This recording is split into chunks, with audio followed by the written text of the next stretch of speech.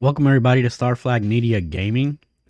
Sony just gave us an hour-long state of play, and you guys check that video out. I gave it a B+. The casuals that love PlayStation, they're losing their minds because Sony finally listened. And I will admit, I kind of fell for it. I jumped in and I was like, you know what? That Nintendo Direct partner showcase wasn't as strong as I had liked, but this state of play seems to be what I was asking for. And then I put down the Kool-Aid and looked at the fine print. Because this wasn't a PlayStation showcase. This was a state of Nintendo. Because almost as soon as the big reveals dropped and you took a look at the press releases, yeah, Sony patted themselves on the back. But for what? Because it's confirmed for most of those games, big reveals, that they are coming to the Switch 2 the same day and date. If you grew up when consoles actually had identity, this should bother you because Sony is becoming a high-priced marketing firm for third-party games. You can play all those games on your portable handheld hybrid. Let's take a look. You like Darwin's Paradox? That quirky, creepy little nightmare vibes?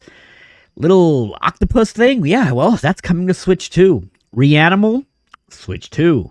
Mina the Hollower? Yacht Club's literally putting the Switch logo on the trailer. Even the PlayStation Heritage titles aren't safe. Rayman 30th Anniversary. Castlevania Belmont's Curse, which looks like a Dead Cells clone, and it looks amazing. Legacy of Kain Defiance Remastered. All of those that kind of synonymously used to belong to the PlayStation brand, all are launching on Nintendo's new hardware. Even Pragmata, the game Capcom has been ghosting us on for years, is landing on the Switch 2 with the demo available now. And then there's 007 First Light. IO Interactive didn't even pretend. The Bond origin story is hitting the Switch too. I don't know what to tell you guys. I gotta ask you, why did I spend $500 on a PlayStation 5 base to watch a Nintendo Direct with better shadows and slightly better frames? Where is the PlayStation in this state of play? The Konami patting yourself on the back victory that the internet took. You know, Metal Gear Solid Master Collection Volume 2 got announced. We finally got the confirmation that Metal Gear Solid 4 is escaping the PlayStation 3.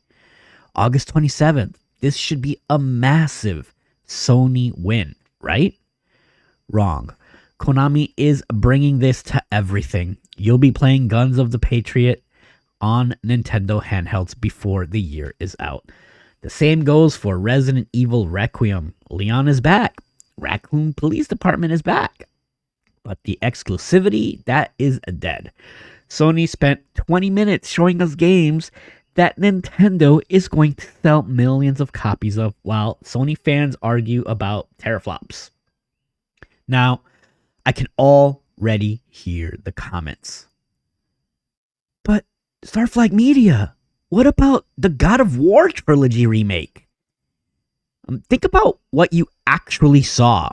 You saw a logo. You heard T.C. Carson's voice. And yeah, he is Kratos. But you saw zero gameplay. No trailer, not even a cinematic. It's early development. Translation, don't expect to play this anytime soon. More than likely, it's going to be on PlayStation 6. And what did they give you to play right now? Sons of Sparta. A side-scrolling 2D prequel about Kratos and Deimos. Look, I love that lore. I was excited for it, but this is just me taking a step back.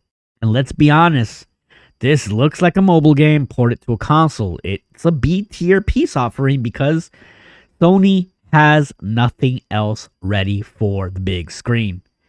And you bet your last red orb that that little 2D side scroller is coming to the Switch 2 eventually. Now, guys, I gave the overall show a B+ because, yes, seeing Kratos back in Greece, Metal Gear Solid 4 escaping the PS3 prison, those are all wins for us old school guys, right? But as a PlayStation fan, it's a wake-up call. Sony is becoming the hardware of eventual exclusives and third-party ports. If you want to play these games, you don't need a PS5. You need a Nintendo and maybe a PC. But hey, you're probably going to call me a hater for wanting my consoles to actually have games that I can't find at a GameStop checkout counter and see it on multiple devices. What do you think? Is the God of War logo enough to save this show for you? Or are you tired of just title screen eras of gaming and peace offerings? Seriously, guys, it's really disappointing to see what Sony is doing. I didn't expect for an hour-long state of play and 45 to 50 minutes of it were all games that are going to be on the Switch 2. That's crazy. But hey, drop your take below. I'll be in the comments checking it out. As always, this is Starflagmedia, news for gamers who grew up when games were actually games. Thank you guys for being here. I will definitely catch you in the next video. Peace.